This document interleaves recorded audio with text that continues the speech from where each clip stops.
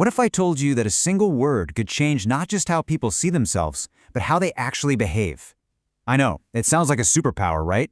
But it's a real psychological tool, and it's all about the power of the labeling effect. So let's ask that question again. Can one little word really change a person's self-perception? The answer is a huge yes. But here's where it gets really interesting. It goes so much deeper. It doesn't just change their self-image, it actually influences their actions. This is the whole idea behind what we call labeling. Okay, let's look at a classic example. If someone calls you meticulous, how does that feel? Kind of good, right? You feel proud. It probably makes you want to be even more organized. But now, what if for that exact same behavior, someone says you just care about little things? Whoa, totally different feeling. All of a sudden, you might feel a little defensive, maybe even small. Same action, different label, a completely different reality. So what is actually going on here? Well, it's called the labeling effect. It's this natural human tendency we all have to subconsciously act in a way that matches a label we've been given. And it's not about tricking someone. It's more like you're giving them a new identity, a new role to play, and they feel this internal pull to live up to it.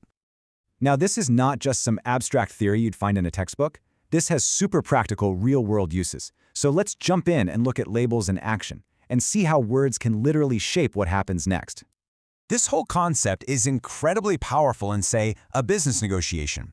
Imagine you're haggling over a price, and you say to the other person, "You know, I've never seen a company so serious about cost reduction as yours." Now that sounds like a simple compliment, but trust me, it's doing so much more. That one phrase does something really profound. It hands them a positive identity. The label becomes who they are in that moment. And to live up to that image of being a sharp, serious company, they're going to want to act that way, which makes them much more open when you actually start talking about ways to, reduce costs. And this works on entire groups of people, too. Here's a great example. You're standing in front of an audience, and the energy is just flat. They're quiet, they're not engaged. Instead of calling them out, you start with a big, "Hello, energetic and bright Marquette County." By labeling them as energetic, you give them permission and a reason to be energetic. And you'd be surprised how often they'll actually rise to that occasion. We actually see this all the time in our daily lives. Think about shopping. A really skilled clerk might say something like, "You have a great eye for quality." What does that do? It makes you feel confident, right? It validates your choice. It makes you feel smart, and it solidifies your decision to buy.